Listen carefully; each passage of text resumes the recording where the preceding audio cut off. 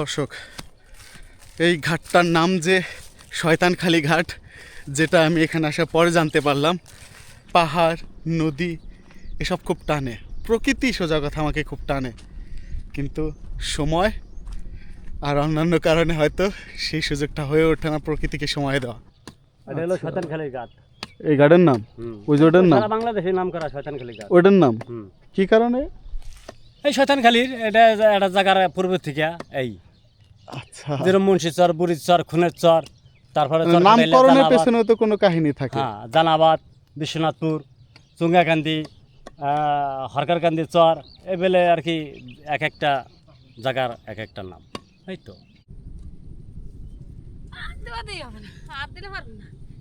সুপ্রিয় দর্শক শ্রোতা, আসসালামু আলাইকুম।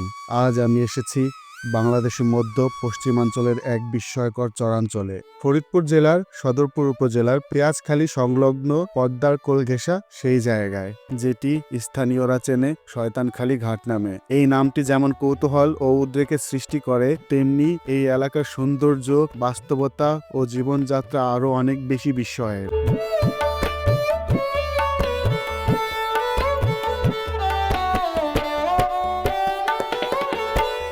দিনটি শুরু হয়েছিল এক জরুরি ফোন কলে। আমি তখন অফিসে বসে রুটিন মাফিক কাজ করছি। হঠাৎ ফোন এলো, ওপার থেকে বলল তাড়াতাড়ি সদরপুর যেতে হবে, খুব জরুরি। আমি তড়িঘড়ি করে বের হয়ে পড়লাম, কিন্তু রিস্কায় উঠতে আবার ফোন এলো, জানালো আজ না গেলেও চলবে। এক মুহূর্তেই দ্বিধায় পড়ে গেলাম, কিন্তু পরক্ষণেই ভাবলাম এত দূর যখন এসেই গেছি, ফিরে যাওয়া বোকামি হবে। তখনই মনে পড়ে গেল আমার বহুদিনের এক লালিত স্বপ্নের কথা, যে স্বপ্নে পদ্মার চর ঘুরে দেখার ইচ্ছে ছিল 33 নং ডিগজির চর যাব। বহুদিনই ইচ্ছা ছিল সেখানে পা রাখার, কিন্তু বাস্তবতা ভিন্ন। সময় ও পরিস্থিতির কারণে সেই ইচ্ছা পূরণ হলো না। তবে দুধের স্বাদ ঘোলে মেটানোর জন্য ঠিক করলাম যাওয়া হবে অকটের চরে।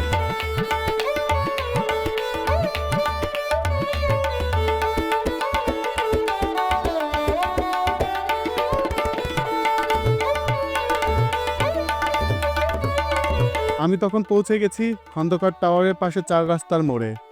সেখানে রয়েছে সদরপুরগামী মাহেন্দ্র স্ট্যান্ড। রিক্সা থেকে নেমে ভাড়া মিটিয়ে অপেক্ষা শুরু করলাম। ভাই, যাবো অটকচর। মটকচর যাবে? মটকচর না অটকচর করে দেবে? অটকচর না মটকচর। অটকচর বলতে এই জায়গার কথা কইতেছি আমি। অকটের চর। আকটের চর এটা। সদরপুর নেমে যাইতে হবে আকটের চর। সদরপুর থেকে যাইতে হবে আকট। সদরপুর ভাড়া কত এখান থেকে? 60 টাকা ভাড়া আমাদের। সিএনজি আসি। আর ওখান থেকে অকটের চর কত দূর হবে? 20 টাকা নেবে। মাহেন্দ্রের ভেতর বসে প্রায় 10 মিনিট অপেক্ষা করলাম। এই সময়টাই যেন নিজেই একটা গল্প। যেহেতু মাহেন্দ্রতে মাত্র 4 জন যাত্রী ছিল, সেক্ষেত্রে মাহেন্দ্র যাত্রী তো পরিপূর্ণ করে রওনা করবে। যাত্রী পরিপূর্ণ হওয়ার পরে শুরু হলো যাত্রা। উকিলবার, জেলা জজ কোর্ট পাশ কাটিয়ে আমরা ছুটে চললাম। একে একে ছোট বড় বাজার পার হচ্ছি। শহরের ব্যস্ততা পেছনে রেখে আমি এগিয়ে চলেছি এক অজানা গন্তব্যের দিকে।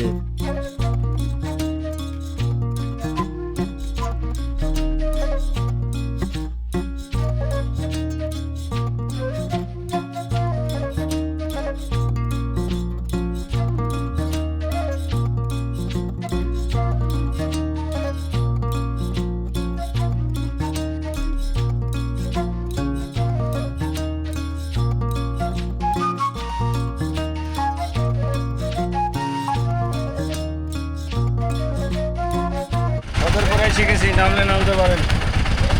ভাই, বারোটা না যাবো।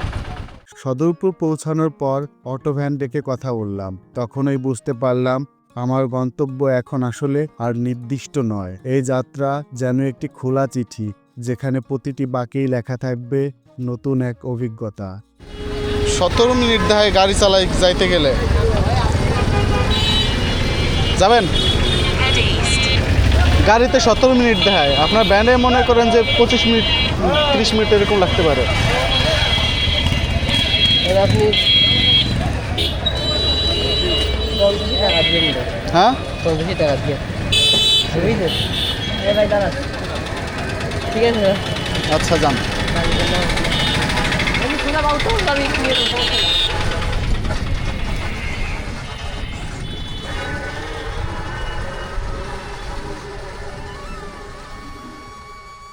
অটো ভ্যান চালকের সাথে চুক্তি মাফিক লোকেশন দেখে দেখে এগোচ্ছিলাম। পেঁয়াজখালি ঢোকার ঠিক আগ মুহূর্ত স্যাটেলাইট ম্যাপে চোখে পড়ল নদীর ধারে বালু ভরাট একটি জায়গা। মন বলল অকটের চর না গিয়ে আমি এই জায়গাটাই যাই, যদিও এ জায়গাটার নাম অজানা ছিল আমার কাছে। ভ্যান চালক ভাইকে বললাম, যদি আমরা সোজা যাই তাহলে অকটার চর যেতে হবে, তার থেকে ভালো ডান দিকে ঘোরান, আমরা সামনে যাব।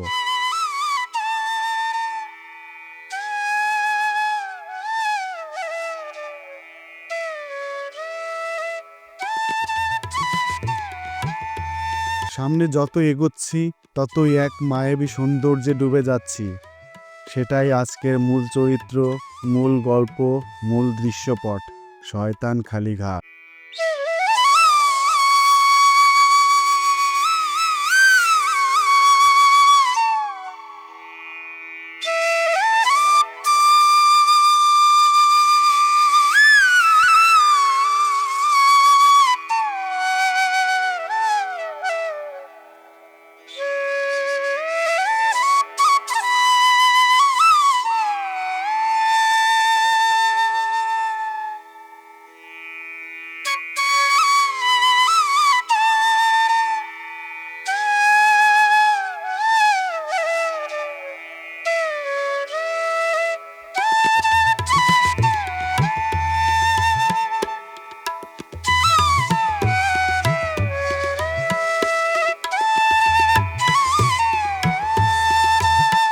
ঘাটের পাশেই ছোট ছোট টং দোকান, বিক্রি হচ্ছে ঠান্ডা পানীয়, বিস্কুট, চিপস, কেক ও নানান প্যাকেটজাত খাদ্যদ্রব্য।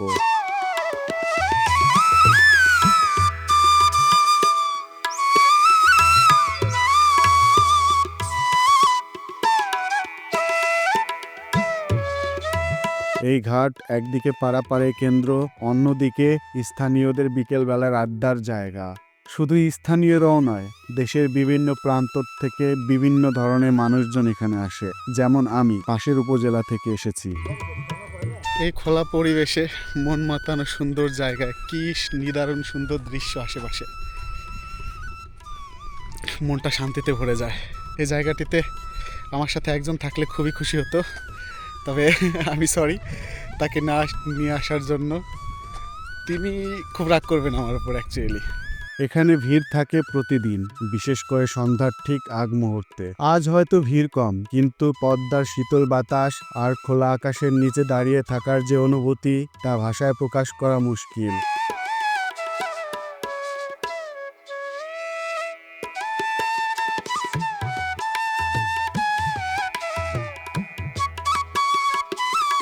এখানে নদী ভাঙনের যে চিত্র চোখে পড়ল তাতে স্পষ্ট এই বর্ষায় নদী অনেকটাই প্রসারিত হবে। শুধু বছর কয়েক আগেও এই নদী ছিল এখান থেকে কয়েক কিলোমিটার দূরে, আজ সে গ্রাস করে নিয়েছে বহু জনপদ। ভেঙে নিচে ধসে যেতে পারে, আমি যে জায়গায় দাঁড়িয়ে আছি এটাও ভেঙে যেতে পারে যে কোনো মুহূর্তে। সো কোনো মিমস বানাতে চাই না আমি মুহূর্তে। আসলে বলতে গেলে বলতে হয়, আমাকে সবসময় পাহাড়, নদী এসব খুব টানে, প্রকৃতি সোজা কথা আমাকে খুব টানে, কিন্তু সময় আর অন্যান্য কারণে হয়তো সেই সুযোগটা হয়ে ওঠে না প্রকৃতিকে সময় দেওয়া।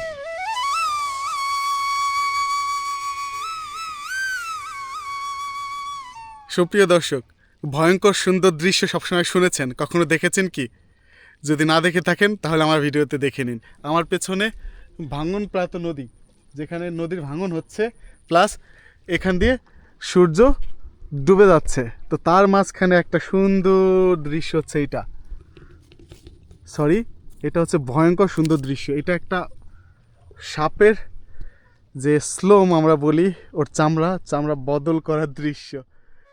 সূর্যক্রমেই হেলে পড়ছে পশ্চিম আকাশে, আর আমি হেঁটে চলেছি চর পেরিয়ে নদীর ভাঙা পাড় ধরে। ঠিকই আছে।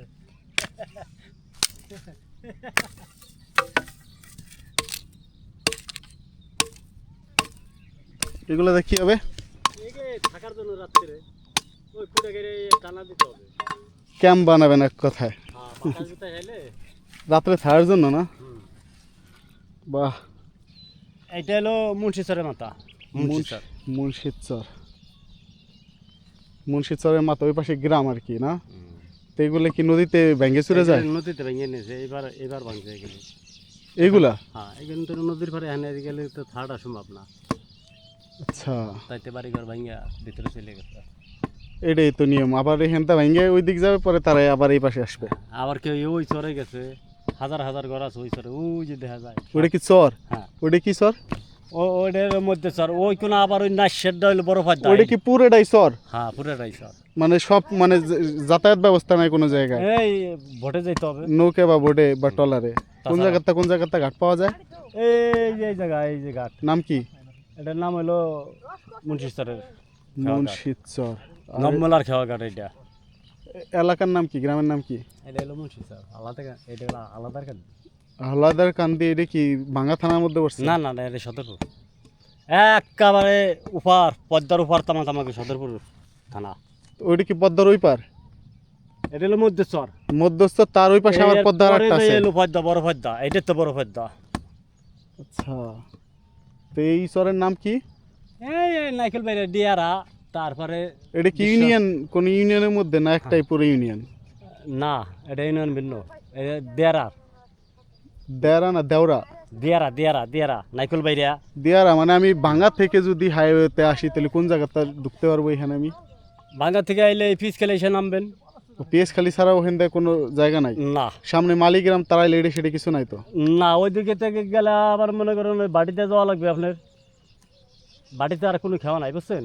আচ্ছা, খাওয়া হইলে এইটুক। ওইদিকে আবার গেলে রিজার্ভ বোট নিয়ে যেতে হবে উপর গেলে। এটা হলো শয়তানখালীর ঘাট। এই গার্ডের নাম? ওই যে ওটার নাম? সারা বাংলাদেশে নাম করা শয়তানখালীর ঘাট। ওটার নাম হুম, কি কারণে? এই শয়তানখালীর এটা একটা জায়গার পূর্ব থেকে এই আচ্ছা, যেরকম মুন্সিচর, বুড়িচর, খুনের চর, তারপরে চর খাটাইলে নামকরণের জানাবাদ। পেছনে তো কোনো কাহিনী থাকে? হ্যাঁ, জানাবাদ, বিশ্বনাথপুর, চুঙ্গাকান্দি, হরকারকান্দি চর, এবেলে আর কি এক একটা জায়গার এক একটা নাম। এই তো দর্শক, এই ঘাটটার নাম যে শয়তানখালী ঘাট, যেটা আমি এখানে আসার পরে জানতে পারলাম। আসলে কৌতূহলী আগ্রহবশত একটু তাড়াতাড়ি অফিস থেকে বেরিয়ে আমি সোজা চলে এসেছি প্রকৃতির সন্ধানে। এক্সপ্লোর করতে এসেছি নতুন একটি জায়গা, যেটা আপনাদের সাথে শেয়ারও করতে চাই। নদীর বৈশিষ্ট্য বোঝা যায় এখানকার মাঝিদের দিকে তাকালে। স্রোতের সঙ্গে নৌকা চালানো যেমন সহজ, ঠিক স্রোতের বিপরীতে তা যেন এক মহাযুদ্ধ। ইঞ্জিন চালিত ট্রলারও ধীরে চলে উজানে।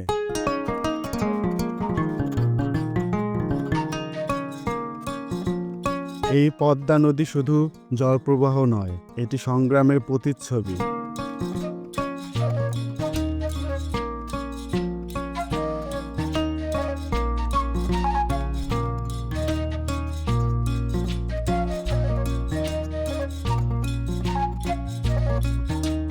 নদীর পাশে বিস্তৃত বাদাম ও ভুট্টার ক্ষেত।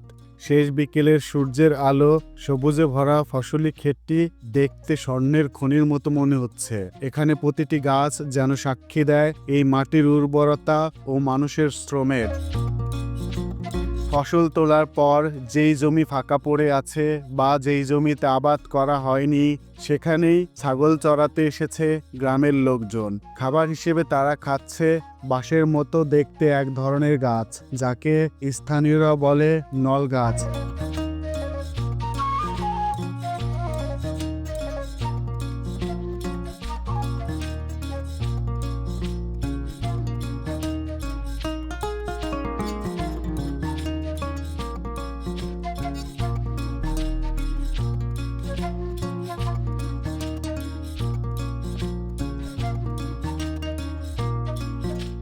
নদীতে এখন আমার চোখে পড়ছে মাত্র 4টি নৌকা। একটি মাঝি নিজে চালাচ্ছেন, 2টি পাড়ে বাঁধা, আর একটি ডাঙায় ওঠানো। হয়তো মেরামতের জন্য ওঠানো হয়েছে। পদ্মার গায়ে ঘুরে বেড়ানো এই নৌকাগুলি যেন মানুষের জীবনের প্রতিচ্ছবি।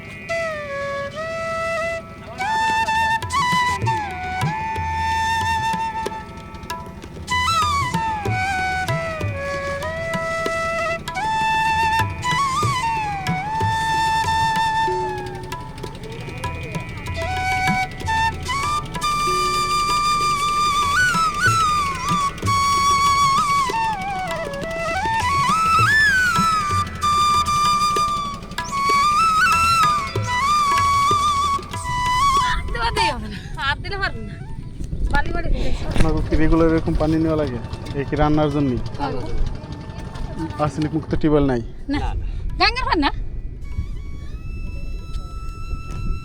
কয় বেলা নেওয়া লাগে এরকম পানি? একবার নিলি হয়। রান্নার জন্য শুধু? হ্যাঁ। আজকে আবার ড্রাম পড়তাছি তো এই কারণে মানে খাওয়ার পানি? খাবার মানে পানি টিউবওয়েলের আচ্ছা, নদীর পানির তো মানে ভালো খায়। টিউবওয়েলটা আয়রন না, ওটা তো বাথরুম জগতে লাল হয়ে যায়। এ যেন আধুনিক সভ্যতার এক অপূর্ণ চিত্র, যেখানে নদীর ধারে থেকেও বিশুদ্ধ পানির সংকট।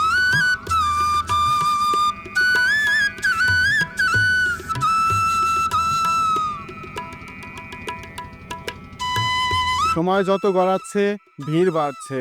পরিবার, বন্ধু, ভালোবাসার মানুষ নিয়ে আসা দর্শনার্থীরা জড়ো হচ্ছেন একে একে।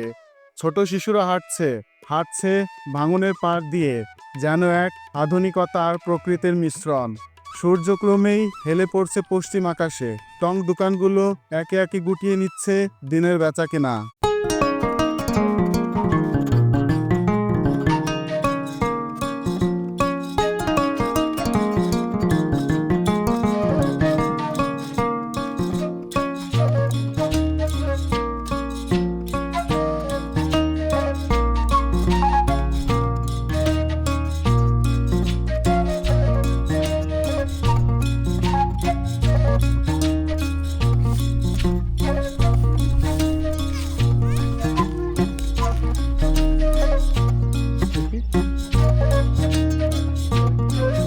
এই চর, এই নদী, এই মানুষগুলো যেন একে অপরের সাথে মিলেমিশে এক অপূর্ণ জীবন রেখা এঁকে রেখেছে।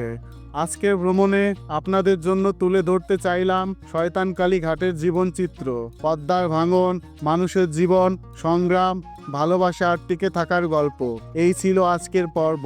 ভিডিওটি ভালো লাগলে লাইক, কমেন্ট ও সাবস্ক্রাইব করতে ভুলবেন না। পরবর্তী পর্বে দেখা হবে নতুন কোনো চর, নতুন কোনো গল্প নিয়ে। আল্লাহ হাফেজ, আসসালামু আলাইকুম।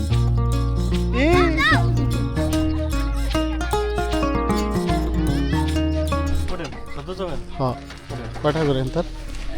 30 টাকা।